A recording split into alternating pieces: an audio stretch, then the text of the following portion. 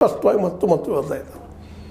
ಇದನ್ನು ನೋಡಿದಾಗ ಯಾಕಪ್ಪ ಇದನ್ನು ಹೇಳಿಲ್ಲ, ಮೋದಿಯವ್ರಿಗೆ ಹೇಳಿತು, ಮೋದಿಯವ್ರು ತಪ್ಪಿಸ್ಕೊಂಡ್ರೇನೋ ಅಲ್ಲಿ ಹೋಗೋದಲ್ಲಿತ್ತು ತಪ್ಪಿಸ್ಕೊಂಡ್ರೇನೋ ಅಂತ ಮಾತುಗಳು. ಯಾಕಂದ್ರೆ ಇದರಿಂದಾಗಿ ಏನಾಯ್ತಪ್ಪ ಅಂದ್ರೆ ಗುಪ್ತದಳದ ವರದಿಯ ಆಧರಿಸಿಯೇ ಪ್ರಧಾನಿಯವರ ಪ್ರವಾಸ ರದ್ದುಗೊಂಡಿತ್ತು. ಆದರೆ ಭದ್ರತಾ ಪಡೆಗೆ ಏಕೆ ಮಾಹಿತಿ ನೀಡಿರಲಿಲ್ಲ, ಏಕೆ ಹೆಚ್ಚಿನ ಸೇನೆಯನ್ನು ನಿಯೋಜಿಸಿರಲಿಲ್ಲ ಅನ್ನೋಂಥ ದೊಡ್ಡ ಪ್ರಶ್ನೆಯನ್ನು ಮಾಡ್ತಾ ಇದ್ದಾರೆ. ಅದಕ್ಕಾಗಿ ಪ್ರಧಾನಿಯವರು ರದ್ದಾಯಿತು, ಪ್ರಧಾನಿಯವರು ಒಬ್ಬರದ ಜೀವ ಏನು ಅನ್ನೋಂಗೆ ಮಾತಾಡಿದ್ದಾರೆ. ಆದರೆ ಇದನ್ನು ತೀವ್ರವಾಗಿ ಟೀಕಿಸಿರುವ BJP ಇದ್ದವರು ಇದು ದೇಶವನ್ನು ದುರ್ಬಲ ಮಾಡುವ ಒಂದು ಕುತಂತ್ರ ಅನ್ನೋಂಗೆ ಮಾತಾಡಿದ್ದಾರೆ. ಒಂದು ಕಡೆಗೆ ಸರ್ವಪಕ್ಷಗಳ ಸಭೆಯಲ್ಲಿ ದೇಶದ ಪರ ಒಗ್ಗಟ್ಟಾಗಿದ್ದೇವೆ ಎನ್ನುತ್ತಾರೆ. ಕಾಂಗ್ರೆಸ್ಸಿಗರು ಏನು ನಡೆಸಿದ್ದಾರೆ ಇವರು? ಒಂದು ಕಡೆ ನಾವು ದೇಶದ ಪರ ಒಗ್ಗಟ್ಟಾಗಿ ನಿಂತಿದ್ದೀವಿ ಅಂತ ಹೇಳ್ತಾರೆ, ಇನ್ನೊಂದು ಕಡೆ ಏನು ಮಾಡ್ತಾರಪ್ಪ ಅಂದ್ರೆ ಪಾಕಿಸ್ತಾನದ ಜೊತೆ ವಿಷಮ ಸ್ಥಿತಿ ಮೂಡುತ್ತಿರುವಾಗ ಹೀಗೆ ಹೇಳಿಕೆ ನೀಡುತ್ತಾರೆ, ಹಿಂಗೆ ಹೇಳಿಕೊಡ್ತಾರೆ.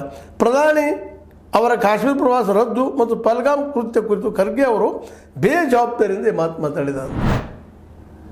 ಅಂದ್ರೆ ಜನಕ್ಕೇನು ಸಂದೇಶ ಹೋಗ್ತದಪ್ಪ, ಮೋದಿ ಅವ್ರ ಜೀವ ಹೆಚ್ಚಿಂದು ನಮ್ಮದಲ್ಲ ಕಡಿಮೆದು ಅನ್ನೋಂಥ ಮೆಸೇಜ್ ಹೋಗ್ತದೆ. ತಪ್ಪಿದು, ಅಪರಾಧ ಮಾಡಬಾರ್ದು ಅಂತ. ಹಾಗಾದ್ರೆ ಗುಪ್ತದಳ ವರದಿ ಕೊಟ್ಟಿರಲಿಲ್ಲೇನು? ಇದೊಂದು ದೊಡ್ಡ ಪ್ರಶ್ನೆ ಅದ ರೀ. ಕೊಟ್ಟಿರೋದು ನನ್ನ ಯಾಕೆ ಹೇಳಿಲ್ಲ ಮತ್ತು ಪ್ರಶ್ನೆ ಮೂಡ್ತದೆ.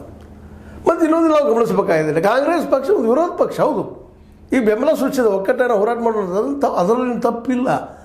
ಆದರೆ ಸರ್ಕಾರಗಳು ತಪ್ಪುಗಳು ಮಾಡಿದಾಗ ಜನ ಒಂದು ಇಡೋದು ಇದ್ರ ಕರ್ತವ್ಯನೂ ಹೌದು. 26 ಜೀವ ಉಳಿತಿದ್ವಲ್ಲ ಅನ್ನುವಂಥ ಮಾತಿಲ್ಲಿ ಬರ್ತದೆ. ಸಣ್ಣದಲ್ಲ, ದೊಡ್ಡ ಆಘಾತ ನೀಡುವಂಥ ಪ್ರಸಂಗ.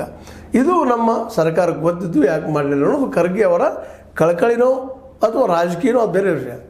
BJP ದೃಷ್ಟಿಯಲ್ಲಿ ಇದನ್ನು ರಾಜಕೀಯವಾಗಿ ಕಾಣ್ತಿರ್ಬೋದು, ಬಟ್ ಜನಸಾಮಾನ್ಯ ದೃಷ್ಟಿಯಿಂದ ಮತ್ತು ಈ ಅಲ್ಲಲ್ಲಿ ನಡೆದಂಥ ಘಟನೆಗಳನ್ನ ನೆನಪಿಸ್ಕೊಂಡಾಗ ಮತ್ತು ಅಲ್ಲಿಯ ಸ್ವತಃ ಆ ಪಹಲ್ಗಾಮದಲ್ಲೇ ಉಳಿದು ಬಂದಂಥ ಜನ ಮಾತಾಡೋದನ್ನು ಗಮನಿಸಿದಾಗ ನಮ್ಮ ದೃಷ್ಟಿ ಜೀವಕ್ಕೆ ಹೆಚ್ಚಿನ ದಿನಪ್ಪ ಇಲ್ಲಿ ರಾಜಕಾರಣಿಗಳದು ಮತ್ತೇನು ಅಂತ ಅನ್ನುವಂಥ ಮಾತುಗಳು ಎದ್ದು ಬಂದು ಅಲ್ಲಿ ಮಾತಾಡುವ ಅನೇಕ ಜನ ಹೆಣ್ಮಕ್ಳು ಮಾತಾಡಿದರು.